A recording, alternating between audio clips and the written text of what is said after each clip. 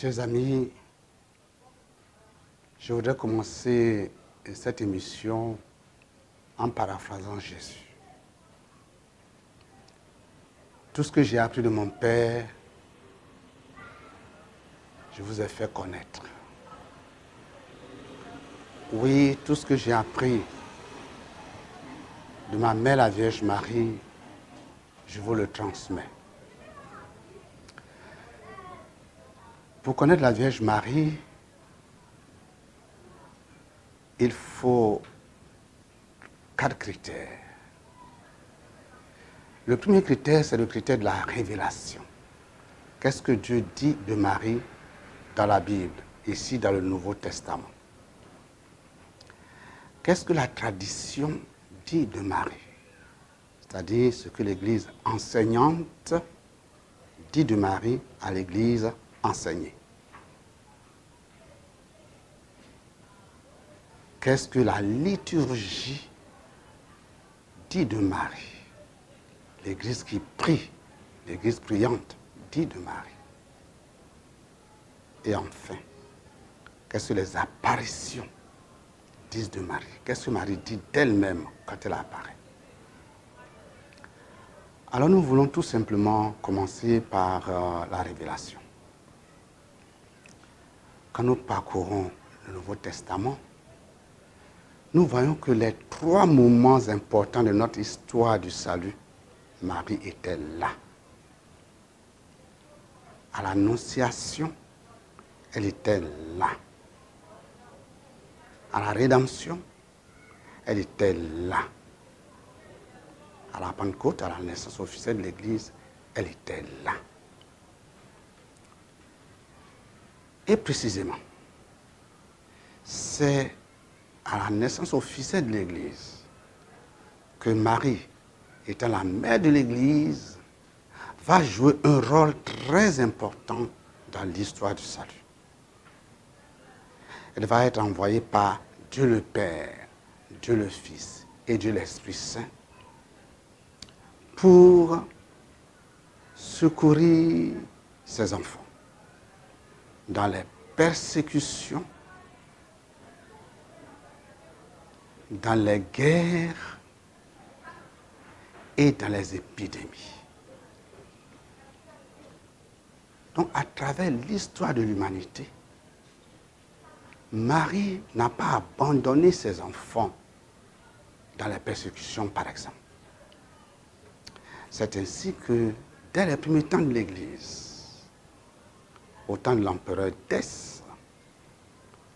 lorsque les chrétiens étaient persécutés, ils sont tournés vers leur mère, la Vierge Marie, en lui adressant cette prière. Sous votre protection, nous nous réfugions, Sainte Mère de Dieu. Ne méprisez pas la prière de vos enfants en détresse, mais délivrez-les de tout danger, Vierge glorieuse et bénie. Amen. Donc les premiers chrétiens ont vite compris que Marie était leur secours, leur refuge. La tradition va encore composer une prière qui est attribuée au chantre de Marie. Sous votre protection, le souvenez-vous, ô très miséricordieuse Vierge Marie, qu'on n'a jamais entendu dire qu'aucun de ceux qui ont eu recours à votre protection, implorer votre assistance et réclamer votre secours ait été abandonné. Animé d'une pareille confiance, ô Vierge des Vierges, ô ma mère, je viens à vous, j'accours vers vous, et gémissant sous le poids de mes péchés, je me prosterne à vos pieds. Ô Mère du Verbe incarné, ne méprisez pas mes prières, mais écoutez-les favorablement et daignez les exaucer Amen. Cette prière a été composée au XIIe siècle et très répandue au XVe siècle. Ça a été composé par le chantre de Marie Saint-Bernard. Une autre prière adressée à Marie, Notre-Dame du Refuge, aux environs du XXe siècle. Auguste, reine des cieux et maîtresse des anges, vous qui avez reçu de Dieu le pouvoir et la mission d'écraser la tête de Satan, nous vous demandons humblement, envoyez les légions célestes pour que sous vos ordres, elles poursuivent les démons, les combattent partout, répriment leur audace et les refoulent dans l'abîme. Qui est comme Dieu, ô bonne et tendre mère, vous serez toujours notre amour et notre espérance. Ô divine mère, repoussez l'un de moi le cruel ennemi.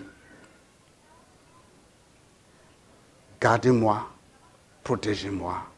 Amen. Donc la tradition a compris le rôle très important de Marie dans la persécution, dans les guerres et dans les maladies. La Vierge elle-même, dans les détresses, dans les maladies, viendra secourir ses enfants. C'est ainsi que, à la rue du Bac, au XIXe siècle, en 1830, elle va demander à Catherine Labouré de faire frapper une médaille, qu'on appelle la médaille miraculeuse.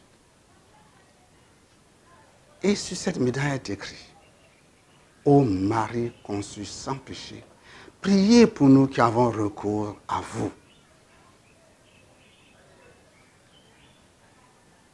Avant la médaille miraculeuse, elle a donné encore un autre moyen de protection, qui est le scapulaire, donné depuis le XIIe siècle.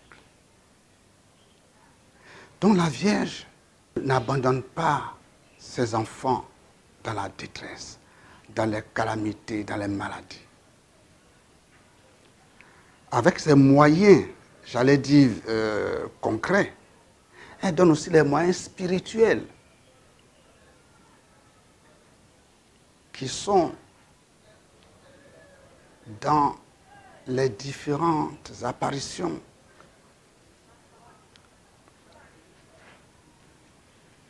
À Lourdes, avec Bernadette Soubirous, elle va montrer le chapelet. À Fatima, elle va demander aux enfants de réciter le rosaire.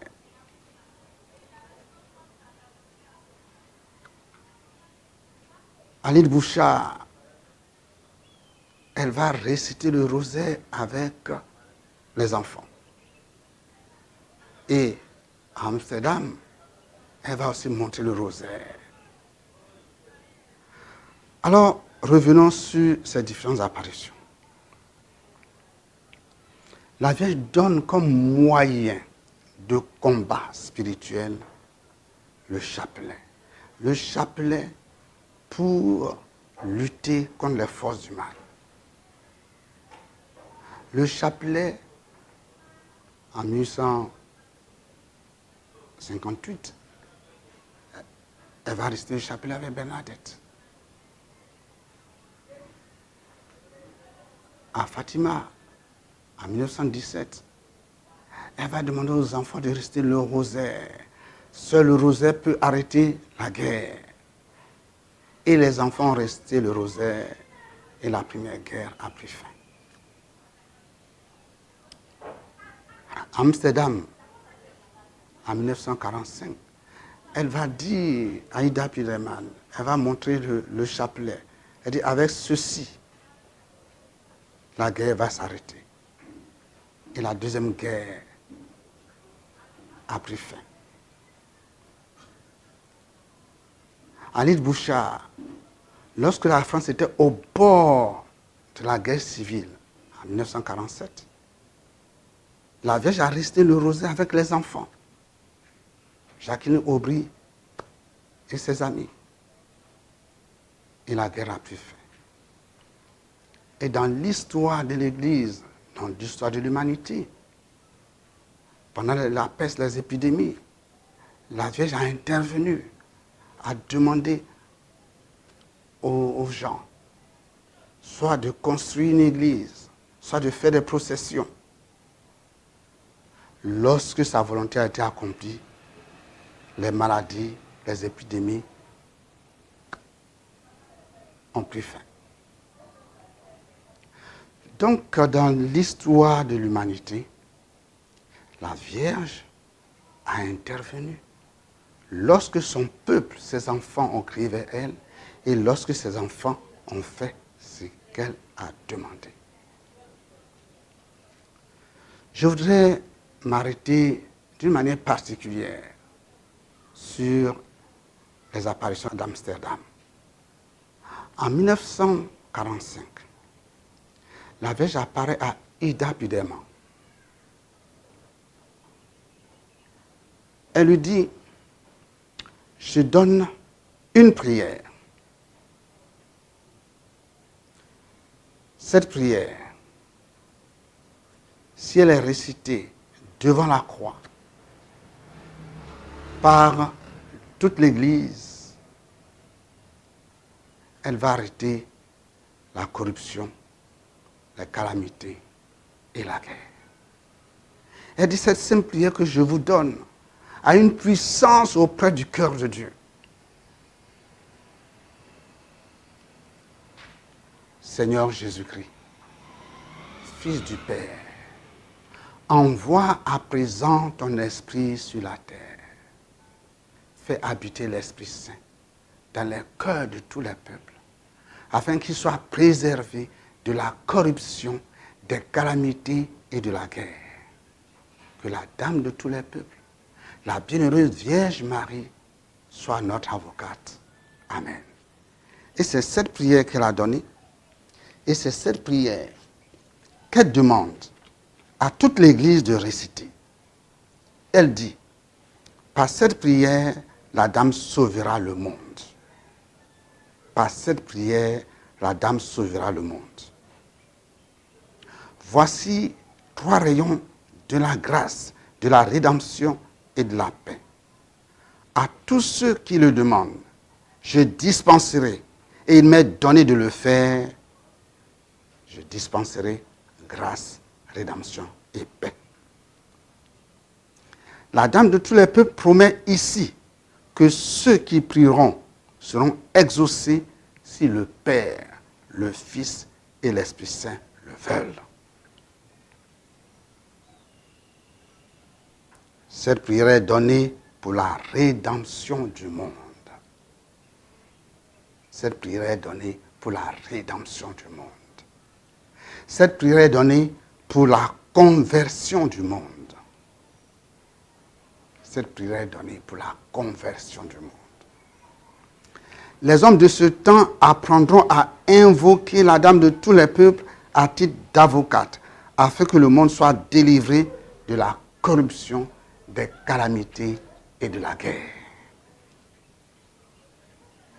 Que tous l'invoquent par cette simple prière, et la Dame leur viendra en aide selon la volonté du Père et du Fils.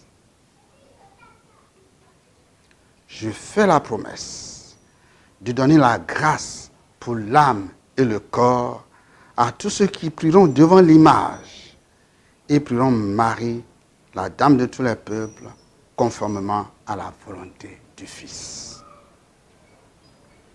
Je fais la promesse de secourir dans la détresse spirituelle ou corporelle quiconque fait ma volonté, qui est la volonté du Père.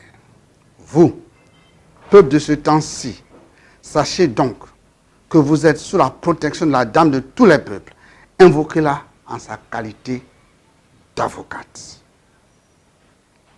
Demandez-lui d'écarter toutes les calamités, Demandez-lui de bannir la corruption de ce monde.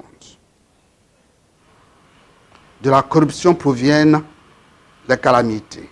De la calamité proviennent les guerres. En disant ma prière, vous demanderez que tout fléau soit écarté du monde. Voici la promesse que la Dame de tous les peuples fait au monde entier depuis 1945. Chers amis, la Vierge ne laisse pas tomber ses enfants. Nous avons la chance d'avoir Marie chez nous. Invoquons-la, crions vers elle. Sous votre protection, nous nous réfugions, Sainte Mère de Dieu. Elle va venir à notre secours. Chantons-la. Genoux, soyez reine, nous sommes à vous. Régnez en souveraine, genoux, genoux. Soyez la Madone compris, à genoux, qui sourit et pardonne, genoux, genoux. Nous avons la Vierge chez nous, qu'elle soit dans notre cœur, et que chaque famille, chaque individu, chaque groupe, chaque paroisse, chaque diocèse, crie vers elle. Elle viendra à notre secours. Elle nous a donné aussi des moyens de protection. Je reviens là-dessus. Le scapulaire et la médaille miraculeuse. Le scapulaire, c'est l'habit de la Vierge Marie. En le portant, nous sommes sous sa protection. Des saints l'ont porté, des papes l'ont porté, et surtout le pape Jean-Paul II. Alors ce n'est pas un objet quelconque. La médaille miraculeuse. Oh, la médaille miraculeuse. Portez-la avec foi. La Vierge viendra à notre secours. La Vierge viendra à ton secours, toi qui m'écoutes aujourd'hui. Aujourd'hui, demain et pour toujours. Amen.